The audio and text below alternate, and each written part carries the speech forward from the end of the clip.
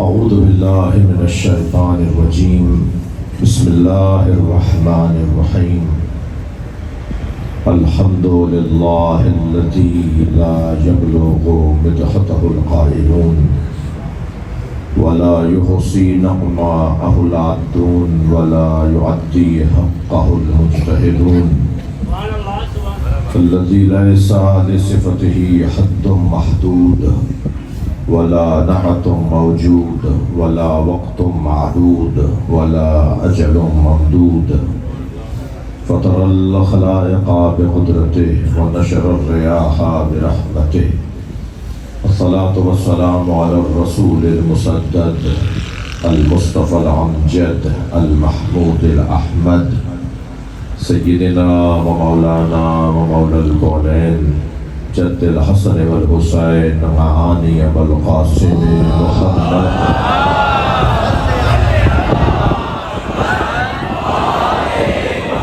آله الطيبين الطاهرين المعصومين الذين قال الله إنما يريد الله ليذهب عنكم الرجس أهل البيت ويطهركم تطهيرا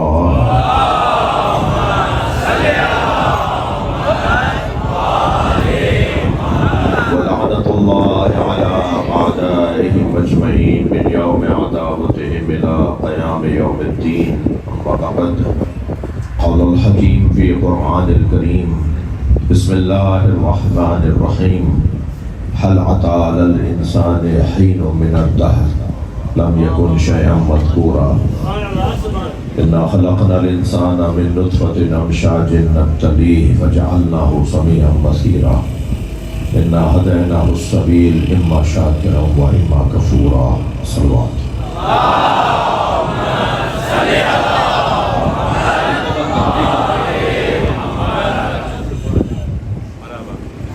سائی مطار و شاہ ان کی اہلیہ اس گھر کے تمام مرحومین ان کے فرزند آپ سب کے مرحومین شہداء ملت رحم اللہ من قرأ الفاتحہ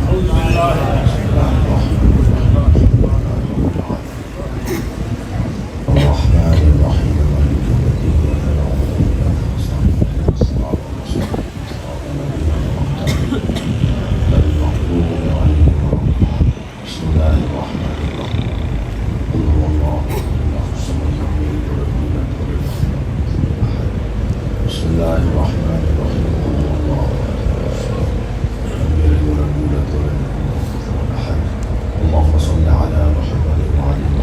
مغفرت کے لیے بلند تر صلوات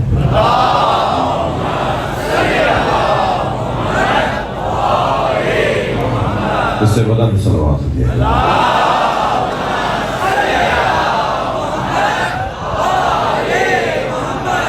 اس سے بھی بلند ممکن ہے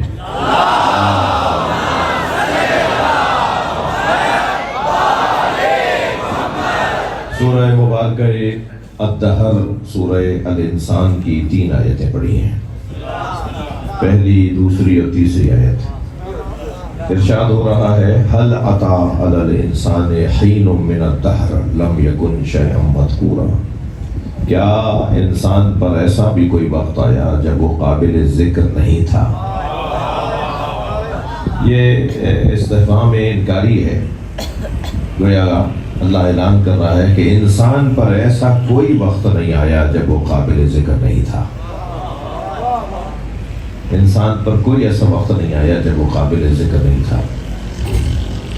هل أتى على الإنسان حين من الدهر لم يكن شيئا مذكورا إنا خلقنا الإنسان من نطفة أمشاج نبتليه، ہم نے انسان کو ایک متحرک پانی سے بنایا ہے جو مختلف مرحلوں سے گزرتا ہوا فجعلناہ سمیعا بصیرا، ہم نے ہی اسے سننے والا اور دیکھنے والا بنایا۔ انا ہدیناہ السبیل اما شاکرا و اما کفورا، ہم نے اس انسان کو رستہ دکھا دیا ہے، اب یہ چاہے تو شاکر بنے اور چاہے تو کافر بنے۔ صلوات پڑھ لیں محمد و آلہ۔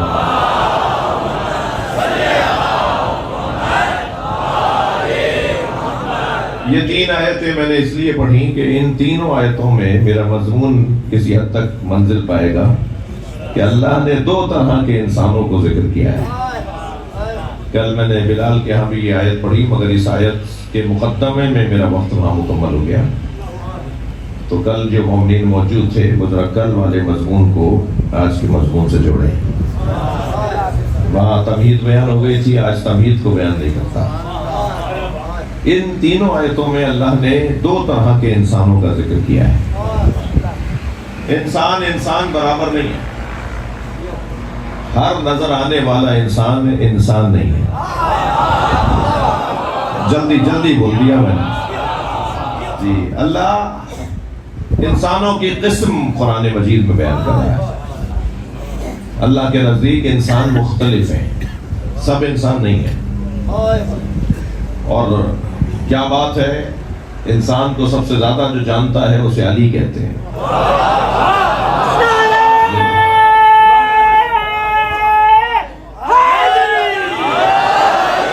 انسان کے بارے میں جتنی اچھی گفتگو، 7 پسندیدہ مضمون ہیں مولا علی کے۔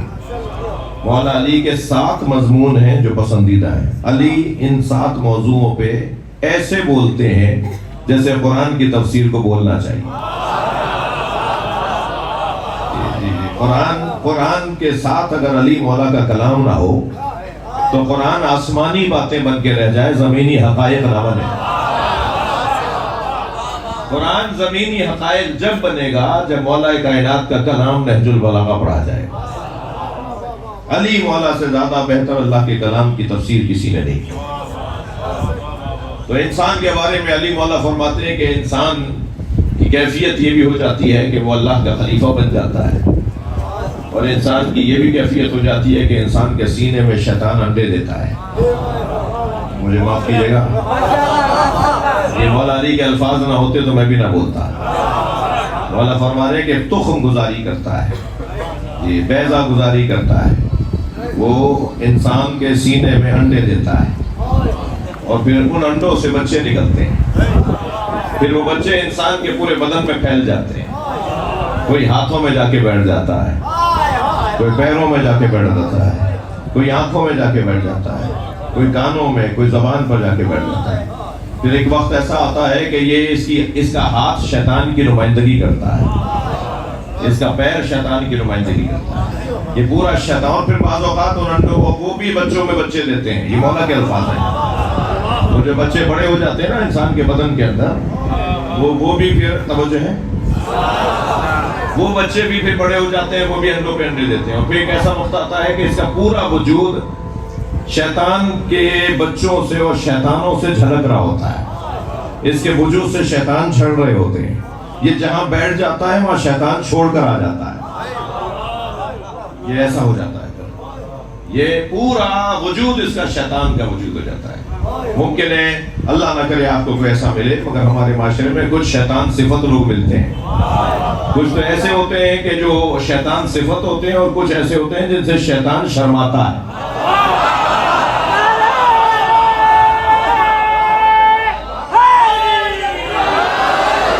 کہتے ہیں نا شیطان بھی جس سے پناہ مانگے، شیطان بھی کہے بھائی یہ تو میرا بھی استاد ہے، ایسے بھی ہوتے ہیں۔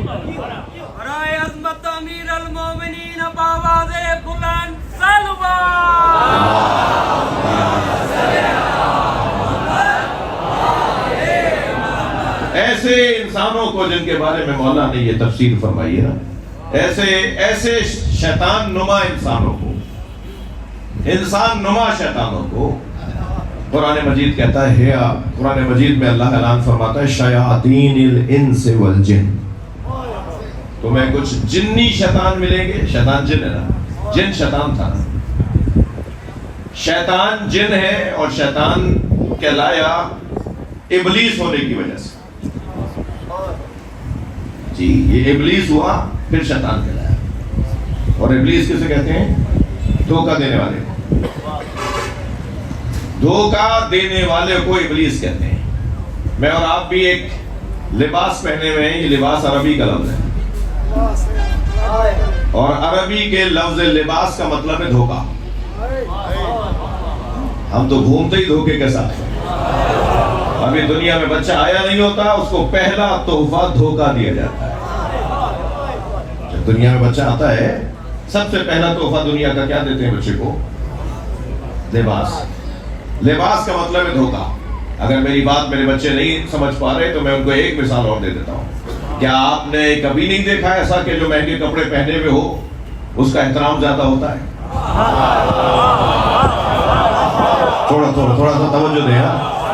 اور جس کا کالر ادھڑا ہوا ہو، بٹن ٹوٹا ہوا ہو، پائچہ پھٹا ہوا ہو، آستین کا بٹن اس کا ٹوٹا ہوا ہو، اس کے سلام کا جواب نہیں دیتے، تو بتائیے دھوکہ ہو رہا ہے یا نہیں؟ اور دھوکے کا سبب لباس ہے یا نہیں؟ بعض لوگوں کو آپ نے دیکھا ہوگا وہ کلف کے کڑکتے ہوئے کپڑے پہنتے ہیں. وہ کپڑے ان کے ذرا اکڑے اکڑے ہوتے ہیں تو وہ سمجھتے ہیں کہ میں بھی اکڑ جاؤں، تو ان کی چال میں بھی اکڑ آ رہی ہوتی ہے. بعض لوگوں کے کپڑوں میں کلف ہوتا ہے، کچھ لوگوں کی گردنوں میں کلف ہوتا ہے.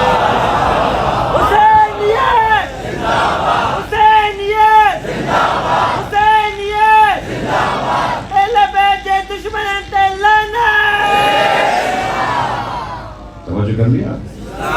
تھوڑی سی بات آگے جائے تو یہ کچھ لوگ ہیں شیاطین. قرآن کہہ رہا ہے شیاطین الانس والجن. کچھ انسی شیطان ہوتے ہیں اور کچھ جنی شیطان ہوتے ہیں. اچھا وہ میں نے ایک جملہ کہا کہ شیطان ابلیس ہوا. ابلیس دھوکہ دینے والے کو کہتے ہیں نا. تو دھوکہ دینے والا، اب یہ دھوکہ دینے والا لفظ تو ایسا ہے جیسے کسی اور کو دھوکہ دے رہا ہو، لیکن جو کسی اور کو دھوکہ دے رہا ہوتا ہے نا وہ کسی کو دھوکہ دینے سے پہلے خود کو دھوکہ دیتا ہے، تبھی تو کسی کو اور کو دھوکہ دیتا ہے. وہ دھوکہ دینے والا پہلے خود کو دھوکہ دیتا ہے تب کسی اور کو دھوکہ دیتا ہے. یہ بڑی گاڑی میں بیٹھنے والا سب سے پہلے تو خود کو دھوکہ دے رہا ہے نا کہ میں بڑا آدمی ہوں. یہ مہنگے گھر میں رہنے والا اور پھر پیدل چلنے والے کو اور جھونپڑی میں رہنے والے کو ذلیل سمجھنے والا. اب مولا علی فرما رہے ما لبست علی نفسی ولا لبس علی. آج تک علی نے خود کو دھوکہ نہیں دیا. جملہ میرے مولا کا پورا ترجمہ کرو. مولا فرما رہے آج تک علی نے خود کو دھوکہ نہیں دیا اور دنیا میں کوئی پیدا نہیں ہوا جو علی کو دھوکہ دے سکے. صلوات پڑھنے محمد و آلہ.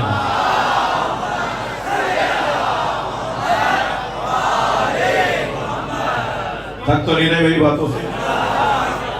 تو یاد رہے کہ انسان نما کچھ شیطان ہوتے ہیں. اچھا بہت ساری علامتیں ہیں کہ وہ کہتے ہیں نا شہد اصلی ہے تو اس کو کیسے پہچانیں گے. مثال کے طور پر فرض کیجئے کہ یہ دودھ خالص ہے تو کیسے پہچانیں گے. چیزوں کو بھی پہچاننے کی کچھ علامتیں ہوتی ہیں نا. ایسے ہی شیطان انسان نما شیطانوں کو پہچاننے کی بھی کچھ نشانیاں ہیں. ممکن ہے ہمارے ساتھ رہتا ہو، ممکن ہے ہمارا بعض دوست بھی بن گیا ہو، ہم اتنے عرصے سے اس کے دوست ہیں مگر وہ تو شیطان ہے. تو کیسے پہچانیں گے؟ بہت ساری ایک لمبی لسٹ ہے. اس وقت میں اپنے جو اصلی مضمون ہے اس سے دور ہو جاؤں گا. وہ جو لسٹ ہے نا اس میں ایک صفت اور ایک شرط اور ایک علامت بتا دیتا ہوں جس سے اندازہ ہو کہ یہ شیطان ہے. اور اسے میرے عزیزوں میں بچوں جوانوں سے کہہ رہا ہوں، خاص طور پہ تنظیمیں اور ادارے اور انجمنیں چلانے والوں سے کہہ رہا ہوں، ماتمی حلقے چلانے والوں سے کہہ رہا ہوں، یہ جو ایک صفت ہے نا شیطان نما، انسان نما شیطان کی، وہ ایک صفت کم سے کم آج کی مجلس کا پیغام لے جائیں. اور وہ صفت یہ ہے کہ جو مومن کو مومن سے لڑائے وہ شیطان ہے. صلوات پڑھے محمد و آلہ.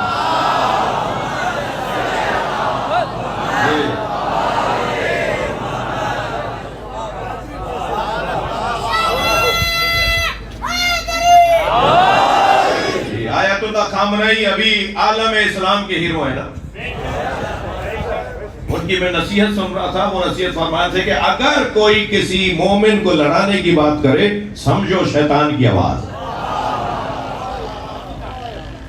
فوراً اس کا گلا دبانے سے مت، فزیکلی گلا مت دبا دیجیے اور مسئلے کھڑے ہو جائیں گے. فوراً اس کی آواز کو دبائیں. جب آپ کے درمیان کوئی اس طرح کی بات کرے، کسی سے لڑنے کی اور اختلاف کی اور جھگڑے کی بات کرے اور دوریاں اور غلط فہمیاں پھیلائے اور اس کو ہوا دے، تو فوراً اس کی آواز کو وہاں دبا دو. خبردار کوئی اور بات کرو، ہمیں یہ بات پسند نہیں ہے جو کسی کے خلاف ہو رہی ہو. خاص طور پر یہ دور عزیزان گرامی، کیونکہ عالمی سطح پر عزاداری امام حسین نے آپ کے چہرے کو واضح کیا ہے. آپ سے دشمنیاں بڑھیں گی، آپ کی مخالفتیں بڑھیں گی، آپ کے ساتھ سازشیں کی جائیں گی، آپ کی راہ میں رکاوٹیں ڈالی جائیں گی۔ ان میں سے ایک رکاوٹ یہی ہے جو ظاہرین کے ساتھ اس وقت ہو رہا ہے۔ یہ جو کچھ ہو رہا ہے نا، یہ ان میں سے ایک رکاوٹ ہے۔ بعض لوگ سمجھتے ہیں کہ ہم لوگ نہیں سمجھتے، بعض لوگ سمجھتے ہیں کہ ہم نہیں سمجھتے۔ یہ انہوں نے کسی عرب ملک کو راضی کرنے کے لیے کیا ہے۔ بس اس سے زیادہ نہیں بولوں گا۔ صلوات پڑھیں ذرا محمد و آلہ۔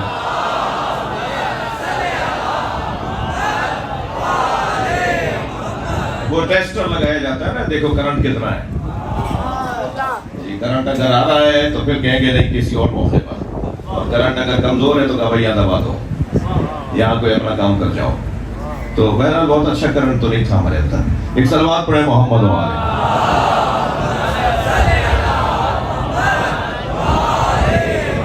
آپ اس سے بلند صلوات پڑھ سکتے ہیں۔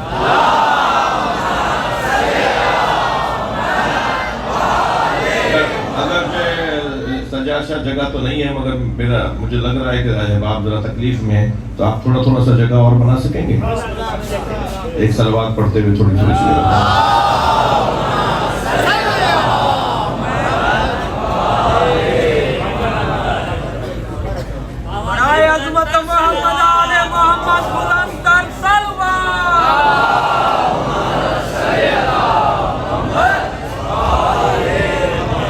صلوات پڑھتے ہوئے آگے آئیے۔ بڑی نایت، بہت شکریہ۔ جی جب جگہ تنگ ہو گئی ہے، جگہ ختم ہو گئی ہے، میں میرے عزیز جو اس چھت کے پر کھڑے ہوئے نا، وہ روشنی کی وجہ سے سب کو آپ کو نظر نہیں آ رہے ہوں گے، مگر مجھے خوف ہو رہا ہے کیونکہ برس نہ جائے کوئی۔ تو شاہ صاحب ذرا گرل لگوا دیجیے، گرل لگوا دیجیے۔ ایک صلوات پڑھے ذرا محمد والا۔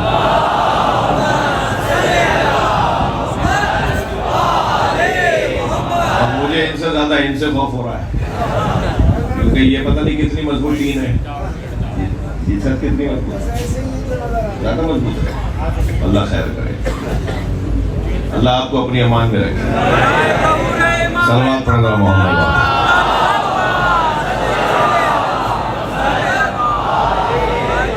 اور بلند صلوات۔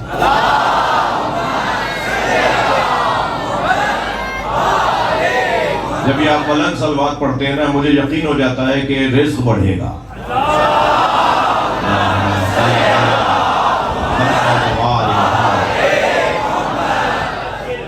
صلوات کے جو حدیث میں ہے نا، صلوات پڑھنے کے نتیجے، بلند صلوات پڑھنے کے جو نتیجے ہیں، ان میں سے ایک نتیجہ رزق کا بڑھنا ہے۔ بات آگے جائے تو قرآن نے ایک مرتبہ انسان کو شیطان کہا ہے، انسان کو شیطان کہا ہے، شیاطین الانس والجن۔ ایک مرتبہ قرآن نے انسان کو پتھر کہا ہے، پتھر، بلکہ کہا پتھر سے بھی سخت۔ پتھر کے اوپر بھی قطرہ پڑھ کر نشان ڈال دیتا ہے۔ کچھ لوگ پتھر دل بھی نہیں ہوتے، پتھر سے بھی سخت ہوتے ہیں، ان پہ کسی بات کا کوئی اثر ہی نہیں ہوتا۔ کتنی اچھی بات کہہ لیں، کتنی نصیحت کر لیں، وہ اچھی باتوں کو ان کے اوپر کوئی فرق نہیں پڑتا۔ ڈوبے ہوئے ہوتے ہیں گناہوں میں، اترے ہوئے ہوتے ہیں غلاظتوں میں، ان کے اوپر کوئی فرق نہیں پڑتا۔ کچھ بھی کہہ لیجئے، کچھ بھی دیکھ لیجئے، یہ عقل حجارہ او اشد قسوہ، یہ پتھر ہیں، پتھروں سے زیادہ سخت ہیں۔ اللہ ان سے ناراضگی کا اظہار کر رہا ہے، یہ بھی انسان ہے۔ پھر ایک اور انسان کا ذکر ہوا جس میں اللہ نے اسے حیوان بولا ہے، انسان کو حیوان، جانور۔ لہم اعین لا یبصرون بہا، انہیں ہم نے آنکھیں دی مگر یہ دیکھتے نہیں ہیں۔ لہم آذان لا یسمعون بہا، ہم نے انہیں کان دیے یہ سنتے نہیں ہیں۔ لہم قلوب لا یفقہون بہا، ہم نے ان کو دل دیے مگر یہ سمجھتے نہیں ہیں۔ اولئک کالانعام، یہ جانور ہیں۔ اللہ نے کہا جانور کہیں ناراض نہ ہو جائے، وہ تو پھر بھی کچھ نہ کچھ سمجھتا ہے، وہ تو پھر بھی کچھ نہ کچھ دیکھتا ہے۔ لہذا اللہ نے فوراً کہا بل ہم اضل، یہ جانوروں سے بھی پست ہے۔ جی بعض لوگوں کو کتا کہنا بھی کتے کی توہین ہے، ہاں مجھے معاف کیجیے گا، بعض لوگوں کو جانور کہنا بھی جانور کی توہین ہے۔ کہہ رہے جی جانور ان کو کب بنایا تھا جو آپ اسے جانور بول رہے ہیں؟ اسے تو آپ نے انسان بنایا تھا۔ پھر اللہ نے کہا او اس سے زیادہ بھی بل ہم ازل، اس سے بھی زیادہ، حیوانوں سے بھی زیادہ لوگ ہیں، حیوان بھی نہیں کہا جا سکتا ہے۔ یہ کون لوگ ہیں بھائی؟ کن کا تذکرہ ہو رہا ہے؟ اِنَّا خَلَقْنَا الْإِنسَانَ مِن نُطْفَةٍ أَمْشَاجٍ نَبْتَلِيهِ، یہ اس انسان کا ذکر ہو رہا ہے جسے متحرک پانی سے بنایا، اور متحرک پانی سے بنانے کے بعد اسے سننے والا اور دیکھنے والا بنایا، پھر اِنَّا هَدَيْنَاهُ السَّبِيلَ، اسے رستہ دکھایا تاکہ وہ شاکر بنے یا کافر بنے۔ اب جو شاکر بنے وہ اور ہیں، اور جو کافر بنے وہ اور ہیں۔ جو شاکر بننے والے ہیں وہ کون ہیں، اور جو کافر بننے والے ہیں، قرآن ہے بھائی، میں نہیں بول رہا، جو شاکر بننے والے ہیں وہ اور ہیں، جو کافر بننے والے ہیں وہ اور ہیں۔ وہ کون ہیں جو شاکر بنے؟ وہ ہیں جنہوں نے اس انسان کی پیروی کی جو ہمیشہ سے قابل ذکر تھا۔ وہ جو پہلی آیت کے اندر ذکر ہوا ہے نا، هل اتى على الانسان حين من الدهر لم يكن شيئا مذكورا، کیا انسان پر کوئی ایسا وقت آیا جب وہ قابل ذکر نہیں تھا؟ اللہ کہہ رہا ہے انسان پر کوئی ایسا وقت نہیں آیا جب وہ قابل ذکر نہیں تھا۔ یہ انسان اور ہے۔ اور اِنَّا خَلَقْنَا الْإِنسَانَ مِن نُطْفَةٍ أَمْشَاجٍ، یہ انسان اور ہے۔ وہ انسان جو ہمیشہ سے قابل ذکر تھا وہ انسان اور ہے، اور جسے متحرک پانی سے بنایا گیا ہے وہ انسان اور ہے۔ وہ انسان اور ہے۔ اگر یہ اور نہیں ہوتے تو اللہ 2 دفعہ لفظ انسان استعمال نہ کرتا۔ وہاں انسان کے لیے فرمایا هل اتى على الانسان، ایک مرتبہ انسان، اِنَّا خَلَقْنَا الْإِنسَانَ، دوبارہ استعمال کیا انسان۔ جب ایک ہی انسان کی بات ہو رہی ہے تو بار بار انسان کیوں بول رہا ہے؟ یہ مفسرین نے لکھا ہے نا، میں تفسیر پڑھ رہا ہوں آپ سامنے، خاص طور پہ حضرت آیت اللہ جوادی عملی کی تفسیر پڑھ رہا ہوں جی۔ وہ انسان اور ہے جو ہمیشہ سے قابل ذکر تھا، کبھی ایسا وقت نہیں آیا جب وہ قابل ذکر نہ، وقت ہی نہیں تھا بھائی، وقت ہی نہیں تھا جب وہ تھا۔ وقت تو بنا ہے سورج کے بننے کے بعد، اور یہ اہل بیت بنے سورج بننے سے پہلے، یہ گھرانہ بنا ہے سب کچھ بننے سے پہلے۔ تو پھر حق ہے نہ کہا جائے کہ کوئی ایسا وقت نہیں آیا جب یہ قابل ذکر نہیں تھا، وقت ہی نہیں تھا۔ وقت بعد میں خلق ہوا ہے، پنجتن پہلے خلق ہوئے۔ چاند سورج زمین آسمان بعد میں بنے ہیں، 14 پہلے بنے۔ اچھا یہ پہلے سے تھے، ہمیشہ سے قابل ذکر تھے، قرآن ہے یہ، ہمیشہ سے قابل ذکر تھے۔ جب ہمیشہ سے قابل ذکر تھے تو جب کچھ نہیں تھا تو ان کا ذکر کون کرتا تھا؟ ان سے پہلے ان کا اللہ ہے جو ان کا ذکر کرتا، جو ہمیشہ سے ہے، جو ہمیشہ سے ہے، اس کا کوئی آغاز نہیں ہے، وہ ازلی ہے۔ اس ازلی اللہ نے کمال مطلق نے اپنے کمال ہی کمال کو جب دیکھا تو چاہا کہ یہ کمال پہچانا جائے۔ کنتو کنزن مخفیہ، میں چھپا ہوا خزانہ تھا۔ اللہ کہہ رہا ہے، یہ حدیث قدسی ہے، یہ کنتو کنزن مخفیہ، میں چھپا ہوا خزانہ تھا، فاحببت ان اعرف، میں نے چاہا کہ میں پہچانا جاؤں، فخلقتک یا محمد، اے محمد میں نے تمہیں بنایا۔ سرکار دو جہاں کو اللہ نے بنایا ہے تاکہ اللہ کی معرفت ہو، اور پھر جب نبی کا نور بنا دیا تو نبی کے نور کا ٹکڑا کیا، اس ٹکڑے کا نام علی رکھ دیا۔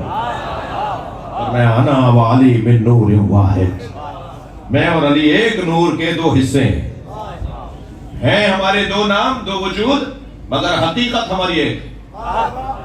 نبی اور علی کی حقیقت ایک جیسی ہے، توجہ کر لیا ہونا، نبی اور مولا علی کی حقیقت ایک جیسی ہے۔ محمد کو ہی علی کہتے ہیں، علی ہی کو محمد کہتے ہیں۔ اور محمد و آل محمد بلندتر صلوات۔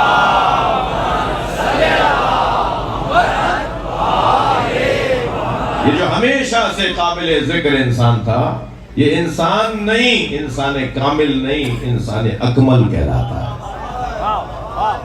انسان تو ہمارے درمیان ہے، ہم لوگ ہیں، اس کی جو بڑی کیفیت ہے وہ انسان کامل ہے، اور انسان کامل کی جو آخری کیفیت ہے جس کے بعد اللہ ہے، جس انسان کے بعد درجہ اللہ کا ہے، اللہ ہی ہے، وہ انسان کامل نہیں، انسان اکمل کہلاتا ہے۔ اور انسان کامل اور انسان اکمل اور انسان کی تعریف کروں بھائی، میں اور آپ اگر یہ جاننا، پہلے بتائیے تھک تو نہیں رہے؟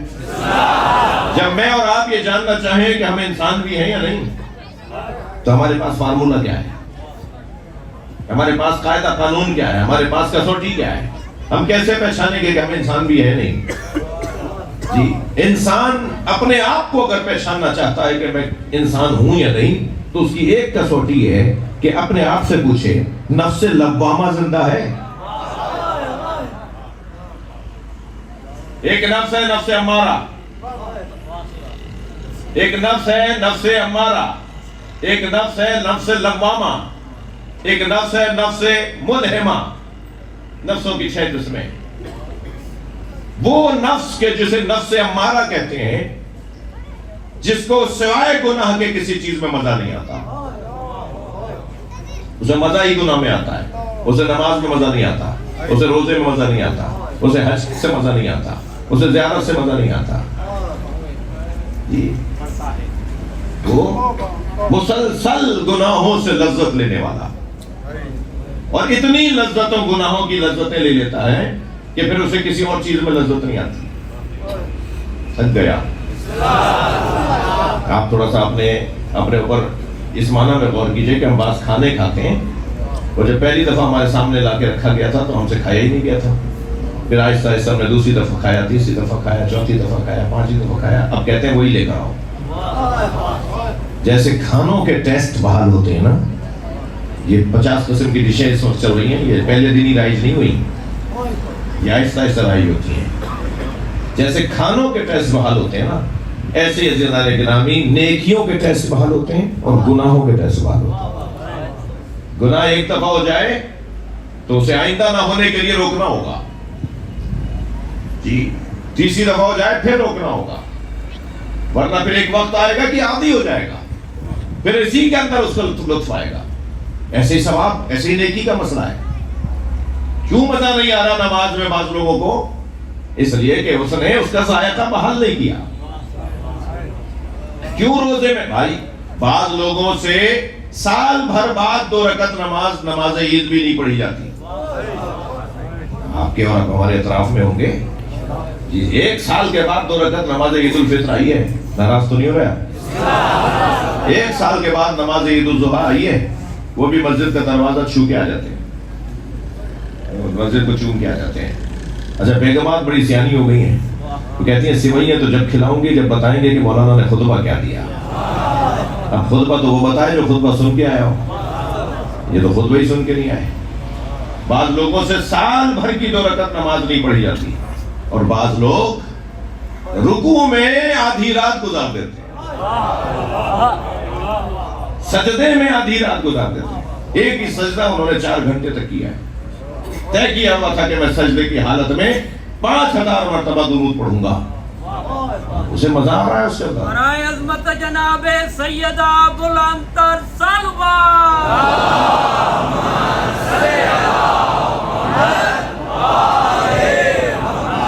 توجہ کر لیا آپ نے؟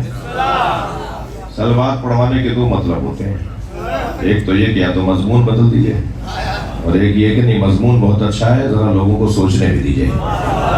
تو میں یہ دوسری والی نیت سمجھ رہا ہوں۔ ایک سلوات پڑھے محمد والے۔